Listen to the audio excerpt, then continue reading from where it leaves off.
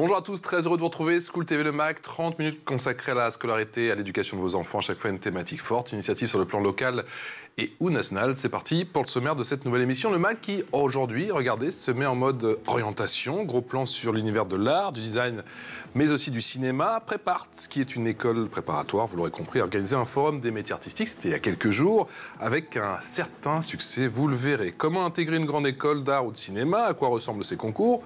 Comment bien surtout les préparer?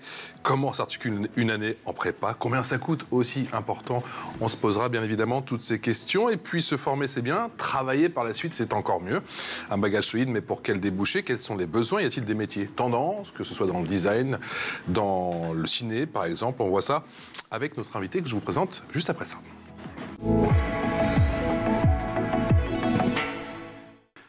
Bonjour Véronique Augry. Bonjour. Merci d'être avec nous. Vous êtes coordinatrice pédagogique de Prépart depuis un petit peu plus de 20 ans d'ailleurs. Oui, ça me permet fait, à peu près 22 ans exactement. Joyeux anniversaire d'ailleurs. Ben oui. 20 ans ça se fête. 40 ans même. Bientôt les 40 ans au mois de juin. Bientôt les 40 ans de cette école au mois de juin. Quelle aventure. Paris, ouais. Quelle aventure. Ça a commencé comment en 85?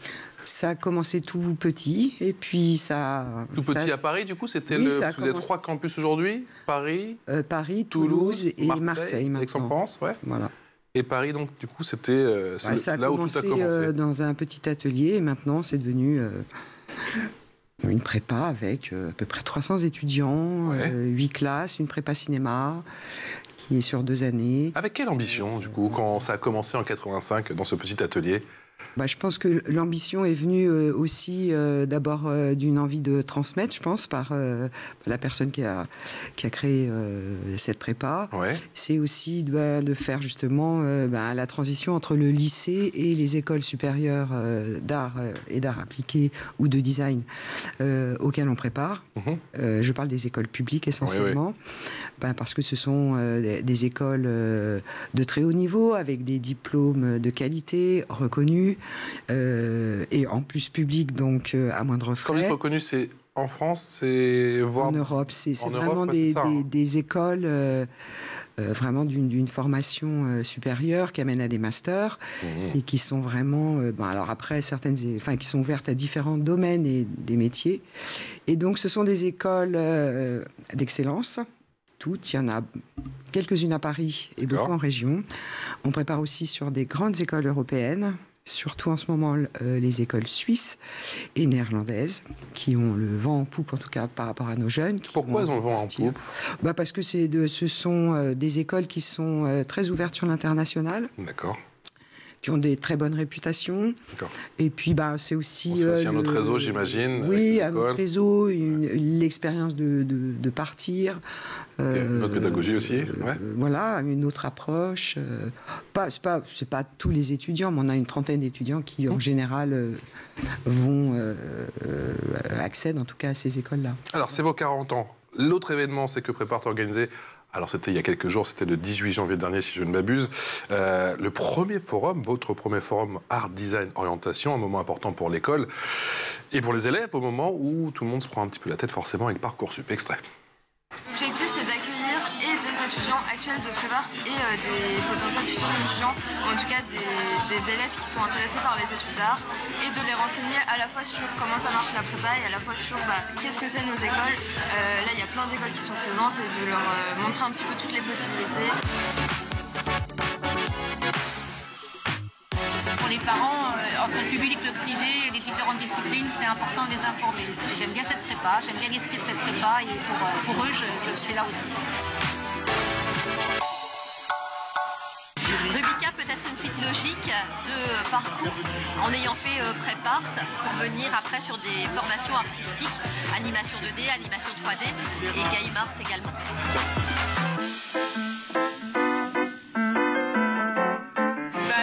Des écoles qui s'ouvrent après la Prépart. Du coup, je trouve que c'est hyper intéressant. Je suis venue avec mes élèves en option et spécialité art plastique. Le dispositif de proposer en 1 an quelque chose qui prépare au concours, j'ai trouvé ça intéressant. Je suis venue parce que je sais déjà ce que je veux faire depuis un certain temps et du coup coup, c'est le moment de se renseigner pour arriver à m'orienter dans les spécialités.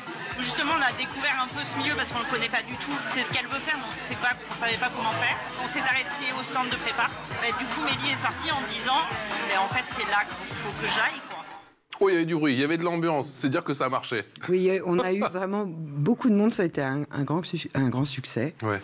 Et je crois que les écoles, en tout cas, qui se sont déplacées sur notre école, étaient très contents de partager tout ça avec les futurs étudiants et d'informer sur ce qui se passe. Mais alors pourquoi avoir...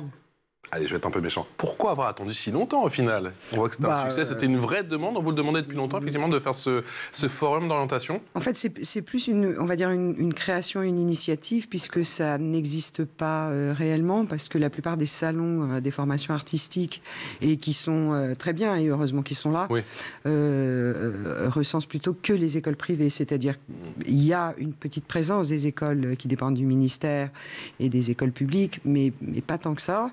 Ce qui permet en tout cas au grand public et aux futurs lycéens de connaître un peu mieux ces écoles, comment ça se passe, de voir que c'est quand même très compliqué. C'est pas parce que ce sont des écoles d'art, on a beau bien dessiner, c'est tout un ensemble de choses pour réussir l'accès, les concours. Il y a un nombre de places limitées, énormément de candidatures, et c'est des écoles qui sont vraiment, demandées parce que c'est un super cursus à faire. Super cursus et forcément peu d'élus. Le but, c'était aussi d'informer, ça on l'a compris bien sûr, sur tous ces métiers, toutes ces filières, toutes ces formations, de rassurer aussi un petit peu. On a vu beaucoup de parents.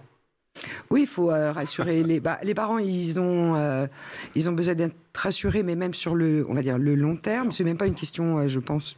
Il y a le côté financier, forcément. Oui. Parce qu'on peut très bien rentrer dans une école privée, on va payer pendant 5 ans, ça coûte très cher. Là, on sait qu'on a des écoles d'excellence qui datent depuis des années et des années. Si on cite l'ENSI, où on voit dans votre reportage Véronique Escher parler de ça, ou de l'ENSA, les Beaux-Arts, qui sont les écoles parisiennes les plus connues et les plus demandées, sans faire du parisianisme. C'est des écoles qui forment vraiment des créateurs pour ce qu'ils sont par rapport à des personnalités et qui forment aussi à des métiers. Donc pour revenir sur la question que vous me posiez, c'est que les parents ont besoin d'être assurés sur le cursus de leurs enfants, d'avoir aussi la qualité du diplôme, puisqu'il y en a 2 de délivrés, un premier en 3 ans et qui équivaut en gros à un bachelor ou un DNA, et la possibilité après de continuer dans l'école ou d'aller ailleurs ou partir à l'étranger si on le souhaite, pour passer un master. Ça se décide quand, ça? Il faut avoir un plan tout au début, au moment où on commence la prépa, ou ça se fait au fur et à mesure des stages on va dire qu'on a 40% d'étudiants qui arrivent à Prépart en ayant déjà peut-être un projet d'orientation ou un métier qui reste encore un peu large. Et l'intérêt de faire la prépa, au-delà de préparer un dossier, de se préparer au concours, c'est aussi s'orienter sur toutes les écoles possibles et de découvrir un certain nombre de domaines qu'ils ne connaissent pas. Donc, certains restent sur leur, détermination, motivation, envie de faire telle et telle chose. D'autres découvrent, changent.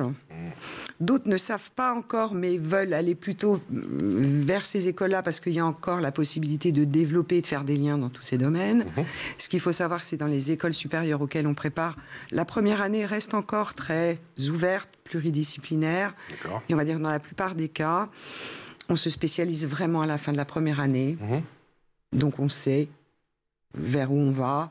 On a un diplôme, pas forcément un métier spécifique, parce qu'une fois qu'on a un diplôme de ces écoles-là, on est assez polyvalent. C'est aussi cet avantage-là, surtout dans le contexte actuel sur les métiers créatifs qui changent, qui mutent et qui font plein de choses.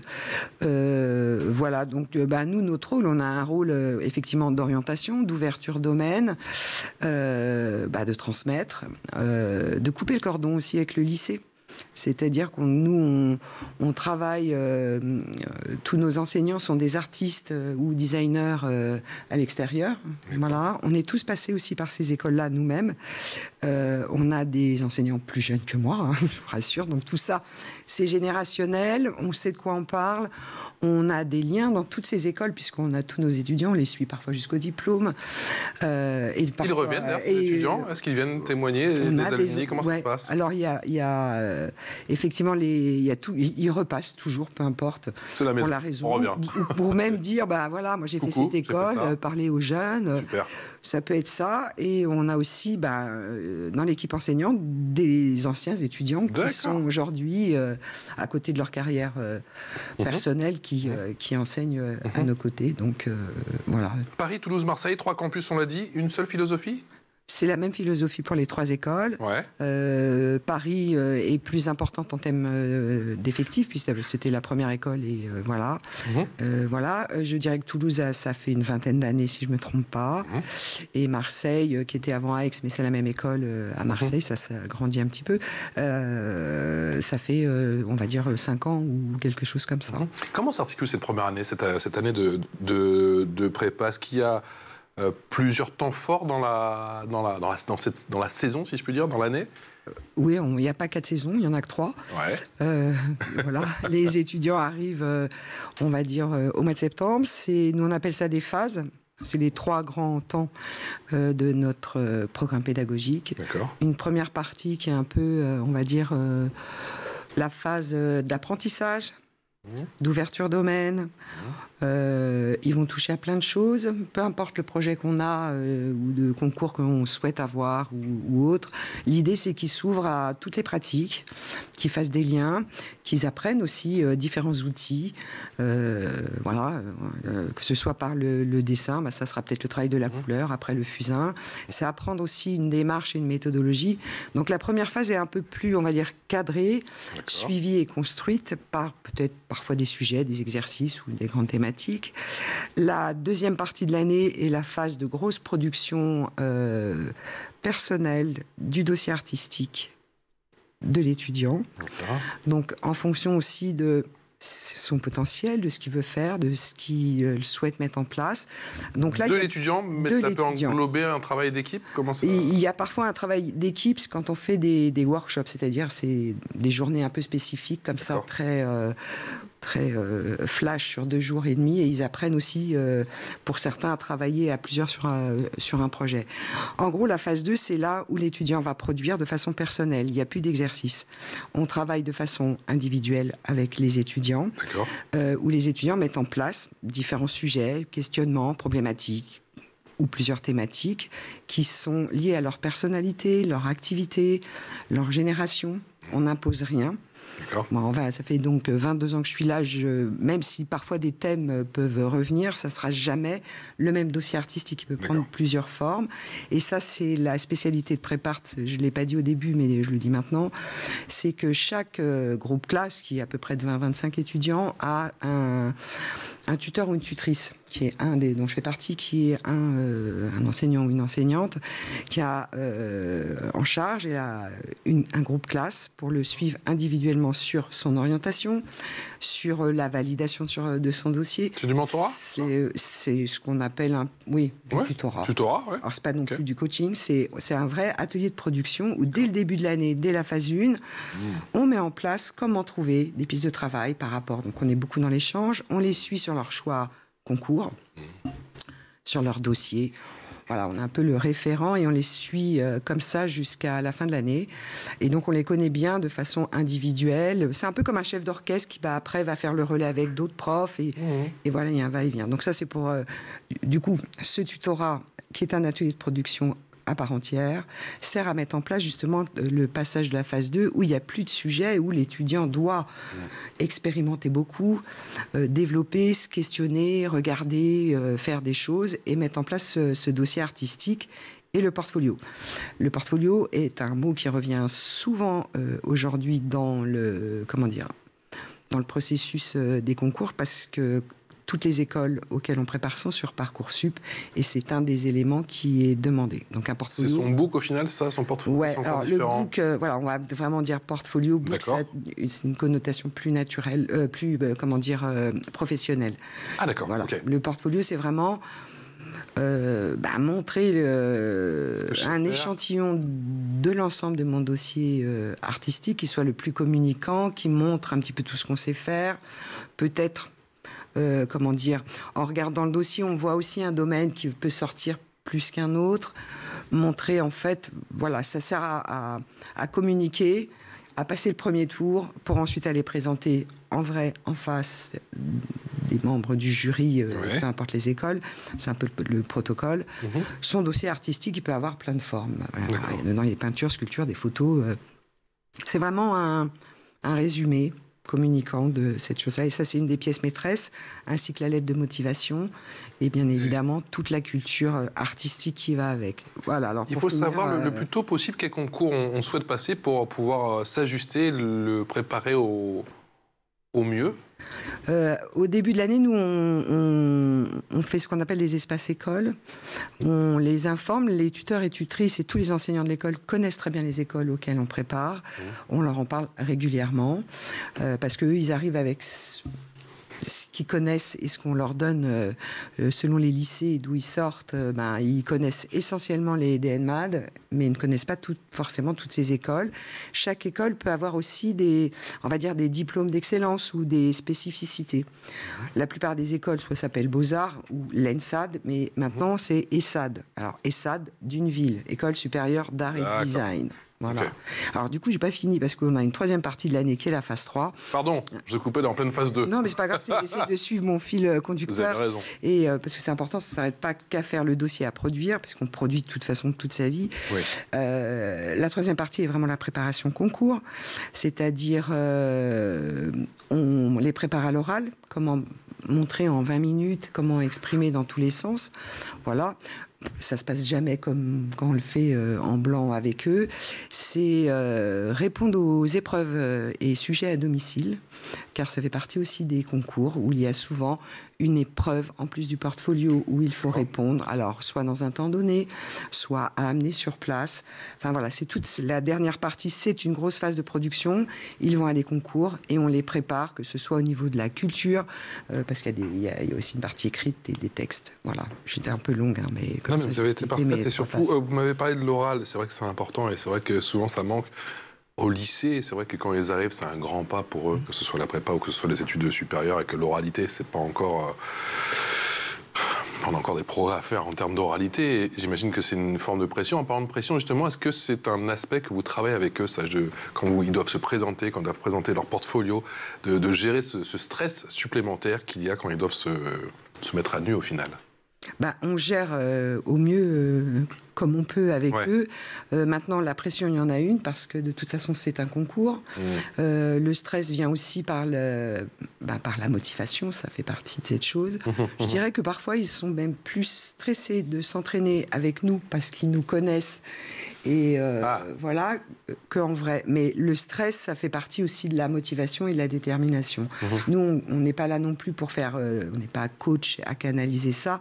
Ce qu'on veut, c'est qu'ils soient le plus sincères, le plus naturel possible et qu'ils racontent leur histoire à travers leur dossier et faire passer au mieux leur motivation et leur savoir-faire, leur culture, leur centre d'intérêt. Véronique, qu'est-ce qui se passe en cas d'échec ?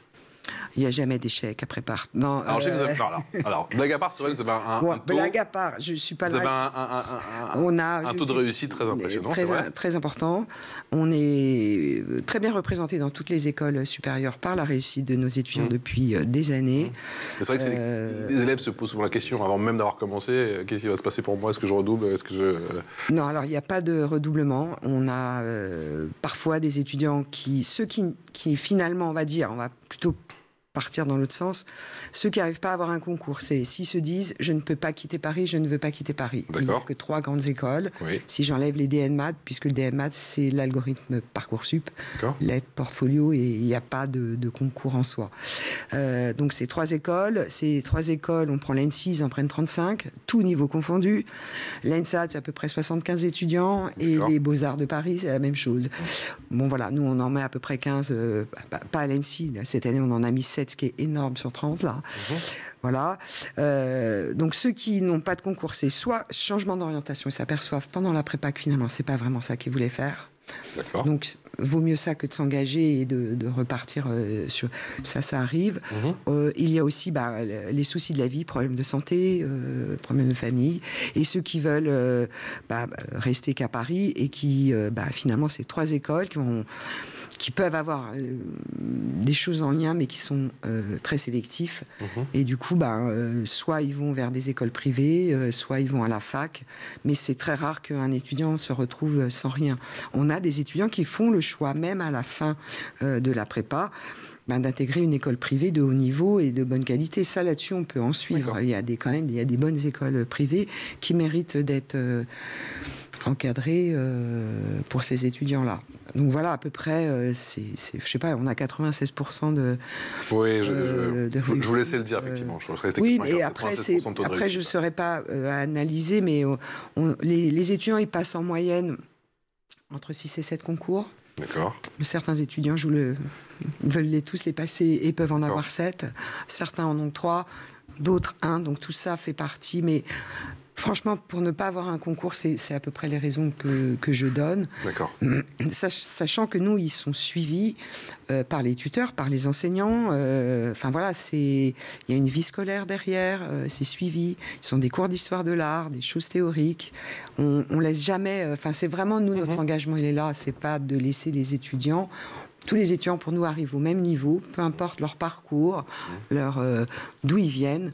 Nous, l'intérêt, c'est vraiment qu'ils réussissent et qu'ils rentrent dans une bonne école et qu'ils fassent après un parcours. Véronique, est-ce qu'il y a des passerelles dans vos différentes prépas? C'est vrai que si on fait prépa art ou prépa ciné, j'imagine que c'est totalement différent, mais est-ce qu'au bout de, je sais pas, quelques semaines, quelques mois, et peut-être aussi avec le bouche à l'oreille, et puis on se fait des copains, des copines sur place, on se dit tiens, finalement c'est peut-être ça que je voulais faire? Ça arrive. Ça arrive? Mais c'est très rare. D'accord. Ça arrive dans les deux sens, mais ça va se jouer à 2 étudiants. Elles sont très différentes, ces deux formations, ça n'a rien à voir, j'imagine. Ça n'a rien à voir. Ouais. La prépa cinéma, déjà, elle se fait sur 2 ans. D'accord. C'est une prépa très spécifique et qui va... il faut faire les 2 ans parce que, du coup, ils vont avoir tout leur crédit et ça équivaut vraiment à un bac plus 2. Et c'est pour préparer vraiment des concours comme la Fémis, Louis Lumière et toutes ces écoles de cinéma. Donc vraiment, c'est vraiment une préparation où ils apprennent à faire du montage, à filmer, à écrire, à faire du scénario. Ah d'accord, c'est 360, c'est tout. D'accord. Voilà. Alors, il arrive que parfois, quelqu'un qui est plutôt en prépa art se dise, c'est cinéma. Si c'est pris à temps, parce que c'est vraiment, il y a un programme, on inverse. Et puis, dans l'autre sens, je dis pas que c'est plus facile, mais il y a un moment donné, il faut récupérer à ce moment-là. Mais ça arrive, mais c'est extrêmement rare. D'accord. Et justement, pour le ciné, vous avez dit préparation spécifique. Avec de quelle matière parle-t-on? J'ai l'impression que, comme je disais, c'est à 360. On apprend en l'espace de 2 ans tous les métiers? Non, on n'apprend pas tous les métiers, mais... Sur de l'image, que l'écriture... Voilà, c'est vraiment une ouverture sur le cinéma. Donc, il y a un travail d'équipe, il y a un travail écrire un scénario, on a des professionnels du cinéma qui viennent et puis qui vont venir pendant 1 mois, ils vont apprendre ce que c'est que le montage, il y a des chefs-op qui viennent, il y a le son, il y a toute l'analyse filmique. C'est autant de métiers différents. Il y a de la photo, il y a... voilà, c'est vraiment... ils font vraiment des films, ils font des tournées montées, ils font du film un peu documentaire, même de la fiction. Il y a vraiment tout ça avec des caméras et... Après, c'est pas ma spécialité, donc mais de façon générale, oui, ils préparent vraiment le cinéma. Il y a très peu c'est pas les mêmes cours que dans la prépa. Que ce soit l'art, le design, le ciné, quelle est l'importance des stages dans ces cursus? Les stages, c'est-à-dire, vous parlez des stages en... Est-ce qu'il y a des stages, du coup, j'imagine, en entreprise ou en... Non. Alors, nous, de notre côté... Et, tel ou tel tournage ou tel... alors là, sur le cinéma, oui, entre les deux années, parce que certains, à la fin de la première année cinéma, passent quand même des concours, comme la Aide de Genève, il y a des concours qui sont possibles en fin d'année, même à l'ENSA de les Arts Déco, il y a la section photo-vidéo qui est très bien aussi pour tout ça. Donc certains, à cette époque-là, à la fin de la première année, tentent aussi ces concours, comme mes étudiants qui sont en art, et certains les obtiennent. Ça, c'est la première chose. Après, c'est à eux de voir en autonomie s'ils peuvent effectivement aller faire un stage entre leurs 2 années pendant l'été. Mais ce n'est pas demandé... C'est pas demandé en tout cas pas demandé. Pour la finalité. Et en art encore moins, puisqu'ils n'ont qu'une seule année. L'idée, c'est qu'ils rentrent dans une école sup où là, de toute façon, ils feront des stages, ils partiront en Erasmus et que c'est obligatoire. Donc, Alors, il ne faut pas faire ses savoirs, ses capacités aussi sur le plan artistique. Je pense aussi à tout le background, si je puis dire, culturel. Vous l'avez dit, il faut une solide... C'est très, très important. C'est très, très important, oui. Effectivement. Vos étudiants, quelle est la dimension du numérique, justement, dans vos apprentissages, dans vos formations aujourd'hui? Est-ce que ça a un petit peu évolué ces dernières années? Ça a évolué déjà par les demandes concours, par juste faire un portfolio, et puis par la génération de tout ça. Hein. Donc voilà. Donc, les étudiants sont très axés sur les réseaux aujourd'hui. C'est un peu comme ça aussi, la plupart s'informent. D'accord. Ils ont une initiation à la suite Adobe, Photoshop, Illustrator et InDesign pour faire plein de choses en termes d'image, graphisme, etc. Ils font de la vidéo, de la photo. Donc oui, le numérique, il est là. Ils font des stop motion, certains font des animations. Ça va dépendre en fait des étudiants et de leurs envies. Donc il peut y avoir un travail tourné très numérique, comme certains vont faire de l'illustration sur une tablette, ou sur Illustrator ou par tablette, et d'autres vont être plus sur un travail à la main, plus académique. Là-dessus, il n'y a aucun problème. Est-ce que certains de vos étudiants choisissent telle ou telle étude et ensuite telle spécialisation en fonction des débouchés? Comment ils sont informés de ce qui est tendance, ce qui ne l'est pas, ou sans parler même de tendance, de ce qui est disponible? Parce qu'encore une fois, j'ai quand même le sentiment qu'il y a plein de métiers magnifiques, plein de postes magnifiques, mais qu'il y a peu d'élus. Alors ça, je pense que les étudiants sont un peu influencés, mais peut-être je vais dire une bêtise, plus par la famille qui est derrière, qui veut cette sécurité-là. D'accord. Après, des tendances, nous on les voit arriver quand on a les étudiants ou quand on fait ce forum ou des salons. Voilà, il y a effectivement des sortes d'effets de mode. Cette année, on a eu énormément d'étudiants en cinéma, par exemple. Alors, est-ce que c'est du fait de notre réputation? Je l'espère. Et aussi, il y a peut-être cette envie d'aller vers ça. À la sortie du confinement, les étudiants étaient beaucoup plus dans un travail solo à vouloir faire de l'illustration. Aujourd'hui, quelque chose qui bouge pas trop, c'est tout ce qui est architecture intérieure et design d'espace. Ils se disent, voilà. Et il y a des choses qui se perdent un peu plus. On a moins d'étudiants qui veulent faire d'architecture pour être architecte. D'accord. Ça dépend vraiment des années. On a beaucoup qui veulent toujours faire de la mode. Les métiers autour du design textile, ça revient beaucoup. Après, le design, comme tout est design, il est partout. Voilà. Donc le design, que ce soit objet, espace, etc. Voilà. Ouais. Le graphisme, il est là. Et après, nos étudiants, ils viennent avec peut-être une envie de faire d'abord l'école. Ils ne pensent pas forcément métier, ça sera après. Mais au départ, c'est pas forcément vraiment la pression tout de suite du métier. C'est bien se former. Et puis c'est vraiment c'est souvent les parents. Enfin, moi, je suis quand même souvent dans tous les domaines, en contact avec les parents sur des salons et autres. Leur première inquiétude, c'est est-ce qu'ils vont avoir du travail? Alors déjà, ils vont faire 5 ans d'études plus la nôtre, ça fait 6 ans. Entre tout ce temps-là, le contexte va évoluer, changer. Ces métiers-là évoluent, sont en mutation, justement par plein de choses. Les nouvelles technologies, ça peut être, j'en sais rien, tout ce qui peut se passer dans la société, ce qui peut se passer dans l'art contemporain aussi, pour ceux qui veulent être plasticiens. Donc là-dessus, oui, je dirais que c'est plus les parents qui ont ça et quelques étudiants qui se disent, voilà, moi je veux faire... pense métier. Je ne sais pas si j'ai bien répondu. Vous avez très bien répondu à ma question. Et en plus, quand vous répondiez justement à cette question, moi je pensais bêtement à l'intelligence artificielle et je voulais savoir si c'était une inquiétude pour les parents et surtout, parce qu'on ne va pas parler des parents tout le temps, mais des élèves qui viennent vous voir. Est-ce qu'on a encore notre rôle à jouer, sachant qu'aujourd'hui on clique sur 2-3 boutons et que j'ai telle proposition de logo, telle proposition même peut-être pour faire ses devoirs, je ne sais pas, je ne l'ai jamais fait, je n'ai pas utilisé ça à mon époque. Non, moi non plus. Je dirais qu'ils sont... Déjà, pour un concours, ce qu'il faut savoir, c'est qu'un étudiant qui va utiliser une intelligence artificielle, il va être obligé de l'écrire et de le justifier. C'est demandé.